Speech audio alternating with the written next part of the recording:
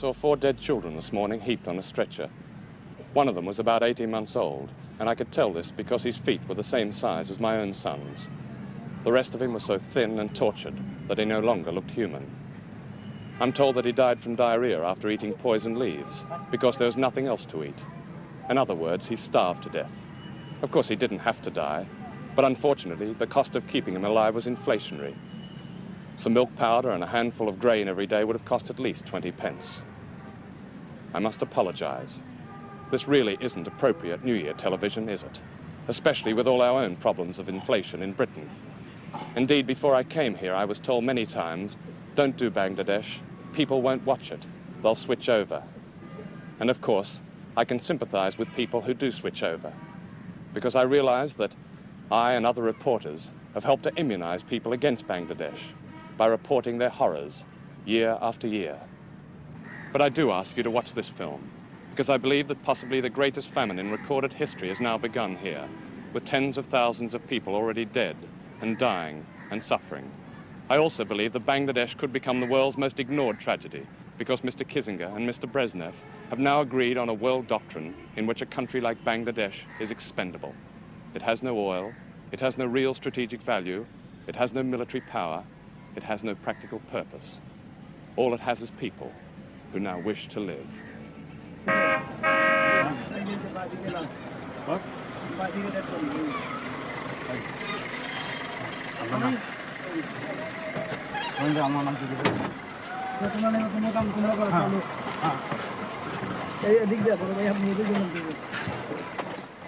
Today is an average day in the streets of Dhaka, now the most desperate of cities.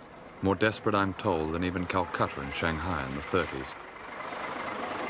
In normal times, this lorry collects the bodies of a few dozen destitutes. Now it collects hundreds of bodies, all of them starved to death, including this 11-year-old girl whose name was Hasna, who died in the gutter a few hours before we arrived, with her mother and brother beside her, still with nothing to eat.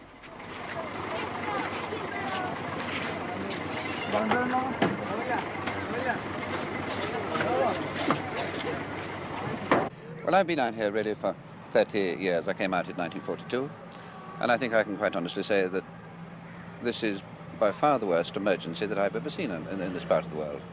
There have been others, but when I was young, I didn't really pay all that much attention. Yes. But latterly, I have seen bad years in India and Assam and Bengal, but nothing like this.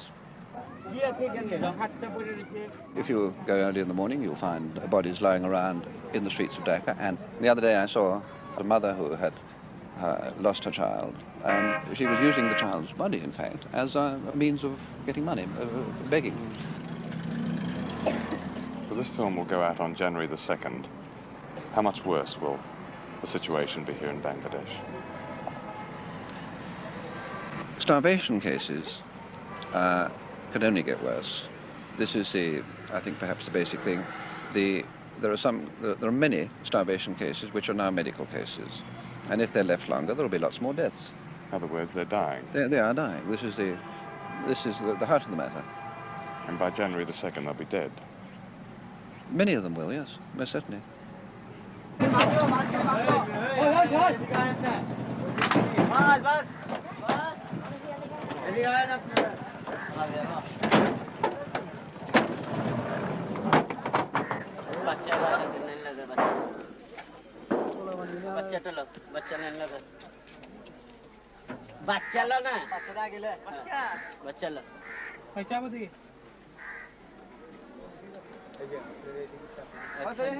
Why have these children been allowed to starve?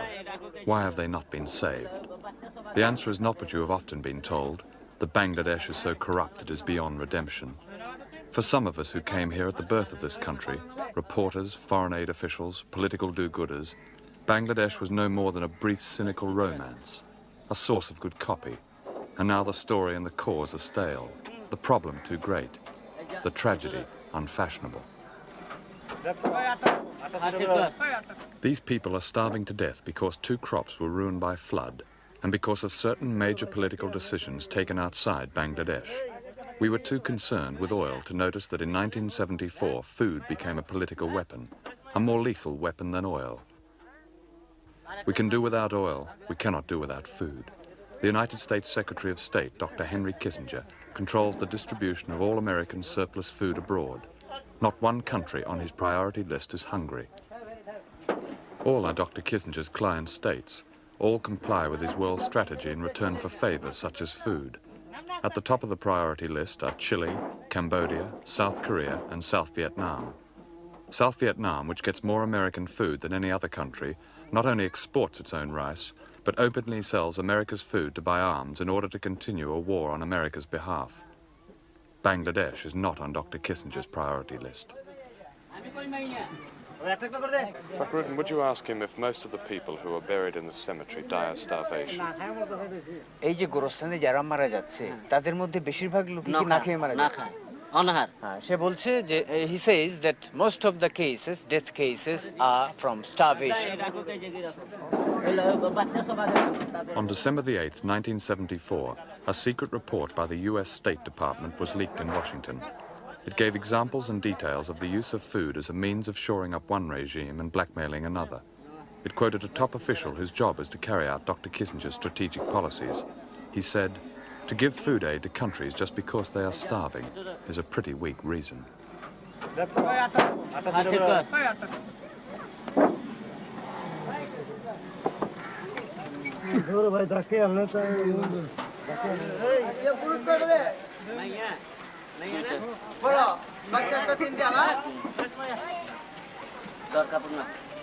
আরেকটা খাটলো আগলা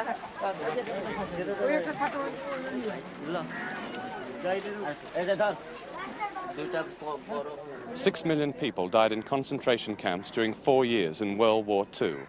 Almost as many people may have died in Bangladesh in the last 4 years. Years of drought, flood, epidemic, a genocidal war, and now famine, perhaps the greatest famine of all. I don't draw this parallel idly. I happen to be standing in the middle of a field piled high with human skeletons, bones and skulls and pieces of human hair for as far as I can see, now being picked over by crows. This is just one cemetery in Dhaka, and today they are digging up last month's famine victims in order to bury today's victims.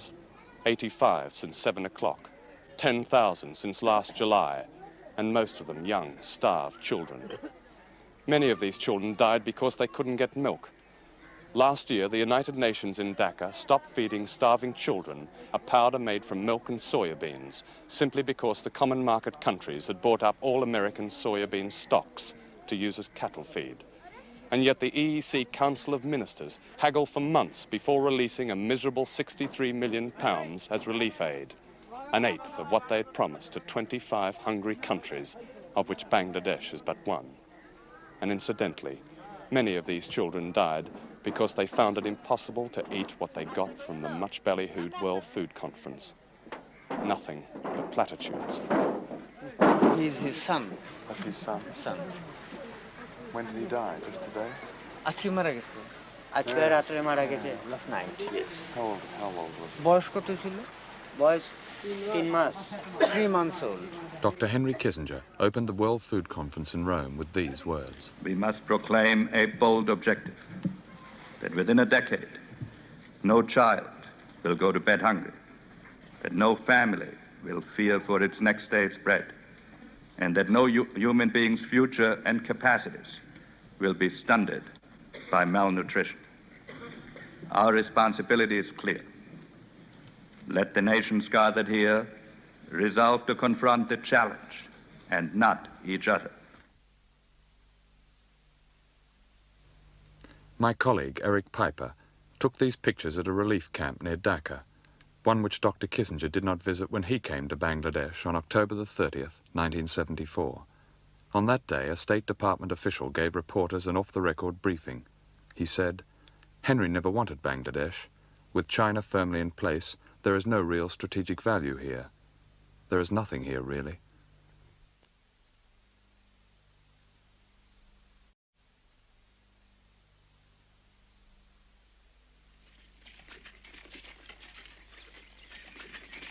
All the people working these fields Yes.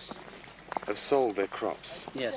Years ahead, they've put themselves in pawn to buy Yes. food. Exactly. They have nothing to hope for at least for another 6 to 8 months. You see, most of the crops in these areas have been damaged, Yes. and this is what... All has damaged been- by the flood. Yeah. Yeah. Who have they sold their crops to? Well, they have sold these crops to those who have collected Yes. money out of relief and these all sort of advantages. Big landowners. Nearly brought money men. Yes. An old journalist friend has brought me to this village in the district of Shirpur, some 40 miles from Dhaka. Everybody is starving here and also suffering the effects of an inflation which began not in countries like Bangladesh or in villages like this, but in the consumer world of the West. Nothing has ever been wasted here. Now even a bicycle, the means of escape, costs £150. There are a few young men in this village. Some have gone in search of food, others have simply fled in despair as the famine finally cracks the Bengali tradition of family. We could not film some of the women because they are among the 5 million in Bangladesh who are going naked because they have sold their clothes for food. Situation is. Ask him, would you, as is, what his food situation is. আপনাদের অবস্থা কি, খাওয়া দাওয়ার অবস্থা? খাওয়া দাওয়ার অবস্থা sir, আমরা গরিব মানুষ, কি খেতে পারি? খাওয়া দাওয়ার খুব কষ্ট। কষ্ট আচ্ছা, What does he say? he's saying that we are suffering from starvation, Yes. and we are very poor people, When, and we cannot afford to have regular meals. when did he last have a regular meal, a আচ্ছা, real meal? আপনি কতক্ষণ আগে বা কদিন আগে ভালো করে খাইছেন? ভালো খাওয়া স্যার আমরা কই। What does he say? He said he never had a full belly meal for কিছু quite থোড়া some আমরা time. আড়া এনে খাই আর কি। What is he eating then? He's eating flour, just a bit of gruel from flour. আগে ছিল বেচে টেচে He had lands and he was a farmer. He sold out all his land. Why did he sell his land? আপনি কি জন্য জমি জমা বিক্রি করছেন? খাইবার জন্য, এ তো just পেট for ভরে food. খাইতে পারি না। Just for food, he sold all his landed property. And even then, he says that we cannot eat to the fullest content of the belly. He has no land at all now. Now he has no land at all. Where will his next meal come from? তো আপনি পরে কি করে খাবেন এটার সম্বন্ধে আপনার কোনো ধারণা আছে? কি করে জমি খাবো জমা, স্যার? হ্যাঁ? জমি জমা দেন কি করে খাবো? Well, he doesn't know where he will get his food from.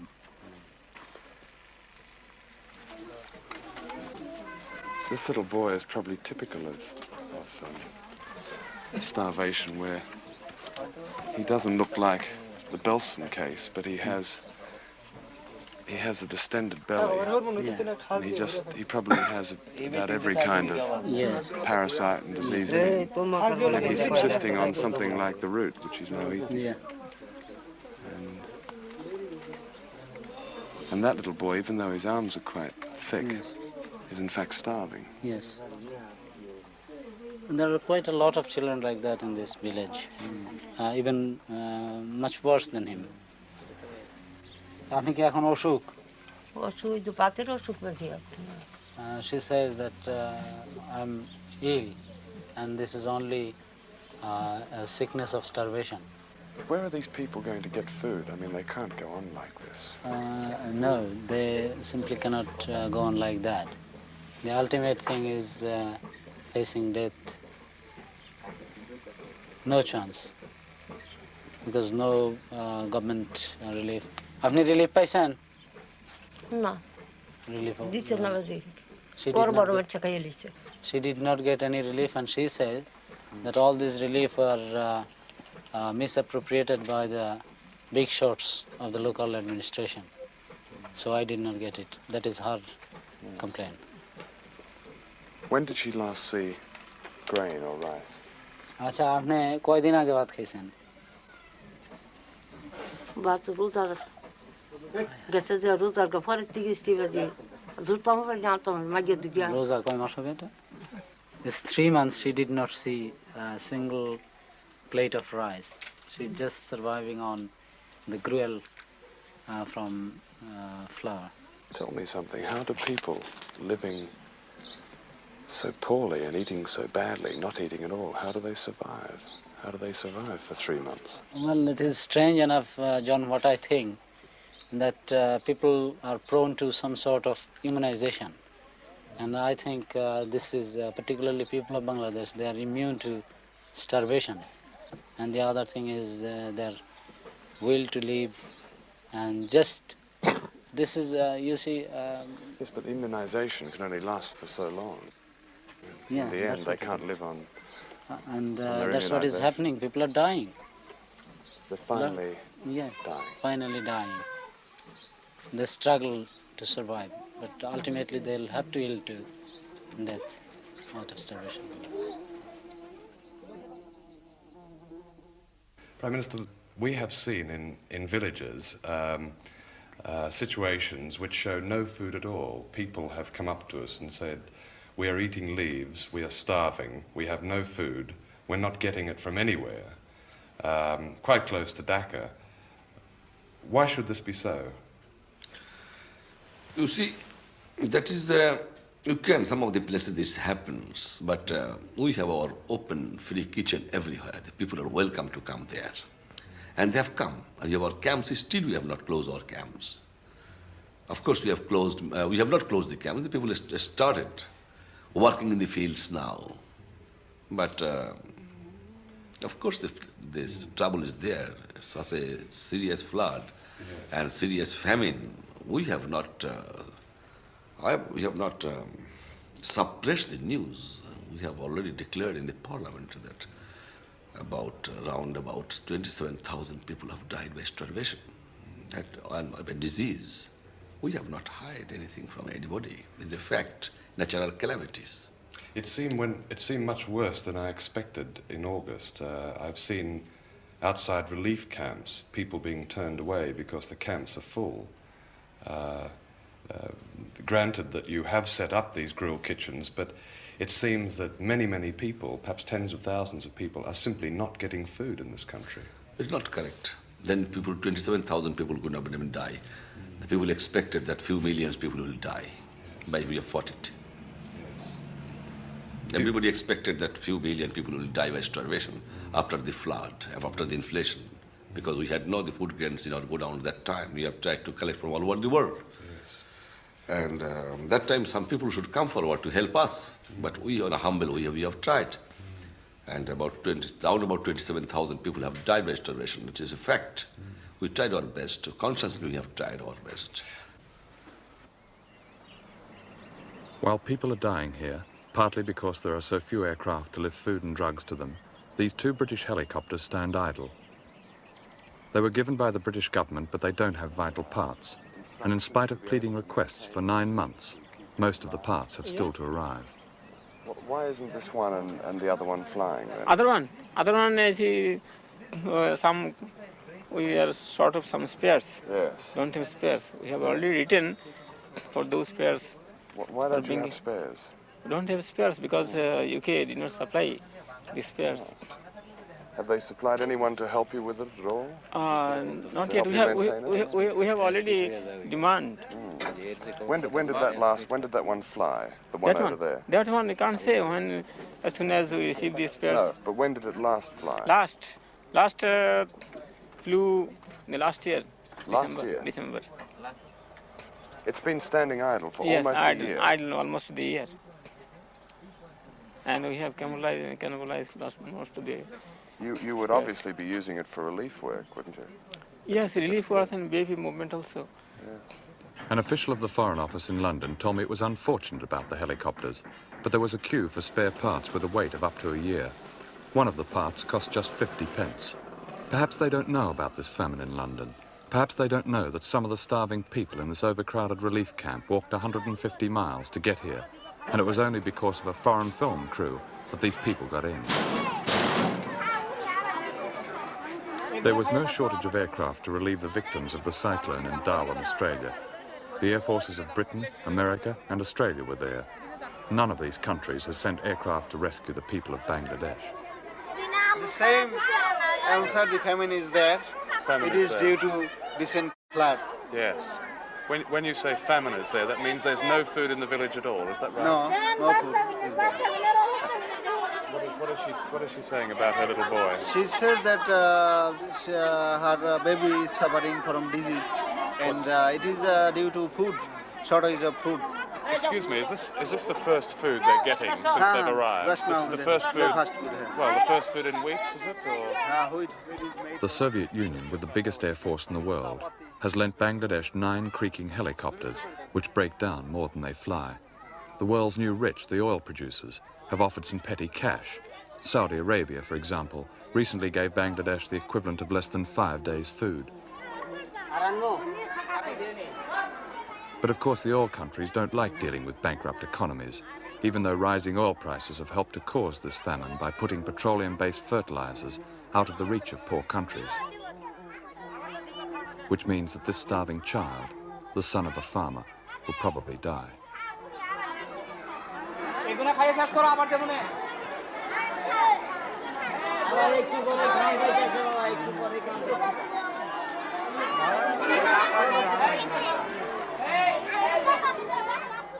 Recently, a foreign aid official visited Bangladesh for 3 days. He told me about a cable he sent to his government recommending a reduction in emergency relief aid to Bangladesh. He sent the cable on the basis of 1 helicopter trip. He said, "The trouble with these people is that they have no get up and go, no success motivation." The judgment of this official is shared by other foreign diplomats here, who justify their ability to sit and watch people die by talking incessantly about local corruption, which of course exists, as the starving old woman in the village said. But need I say that this corruption is the universal symptom of a society caught in a never-ending cycle of poverty, war, catastrophe, and a scarcity of everything that is taken for granted in the West, like fresh water, and milk powder, and doctors, and blankets, and edible food. Is this corruption, or is the real corruption the world's culpable neglect of this ravaged country? Could you ask her how old her little boy is? আপনার বাচ্চার বয়স কত? 3 years. He's 3. He's extremely ill, isn't he? বাচ্চার কি হয়েছিল? বাচ্চার জ্বর আর আগা করছে। He says that he's a bad stomach and then he had fever also. She's come here to Dhaka to get food. Yes. Will he survive? I don't think so. There are just 75 hospital beds for children in all of Bangladesh. That works out at 1 bed per million of population. None of the sick and starving children in this camp will ever see a hospital.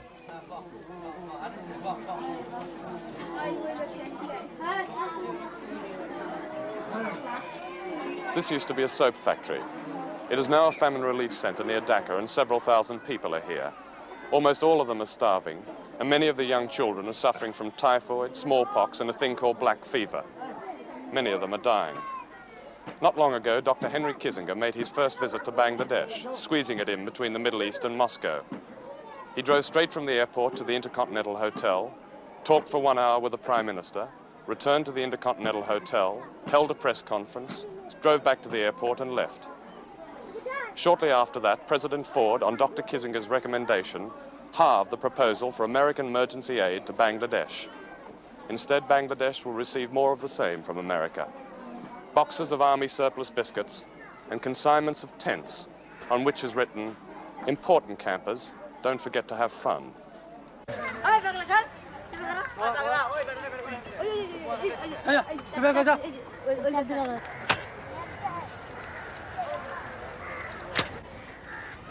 On December the 28th, 1974, Sheikh Mujib declared a state of emergency in Bangladesh. There were shootings, arrests, and signs that Bangladesh is fast approaching political chaos as a direct result of this famine. Of course, it used to be said that starving people disturb nobody, and this certainly applies to the thousands of dead in this horrific cemetery. But Bangladesh is at the center of Asia, with borders on China, India, and Burma. And when those who somehow manage to survive this famine are finally in political turmoil, they will, I'm afraid, disturb everybody.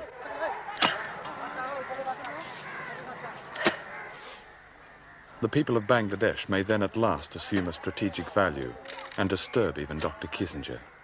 They may even disturb the United Nations, which ignores its own charter by its meanness to Bangladesh, and the Soviet Union, which heaps so-called friendship on Bangladesh and little else, and Australia, which mocks Asia with cliches about partnership while its surplus wheat stays in its silos, and the so-called internationalist common market, whose behaviour toward the starving of Bangladesh is that of a mean little burger, and Britain with its traditional goodwill and 2 idle helicopters.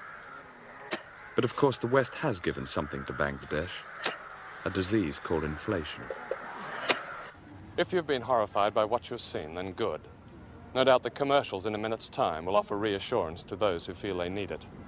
The truth is that Bangladesh and Britain have been caught in the same blizzard of inflation, energy crisis and shortage, with the one difference. When prices go up in Britain, no one dies. When prices go up in Bangladesh, thousands die. You see, it's no longer a question of pity and charity. To hell with that. Their struggle to survive is our struggle. Beat it in Bangladesh and you beat it in Britain. It's really a simple choice that has little to do with the brotherhood of man. The alternative is that we are all expendable.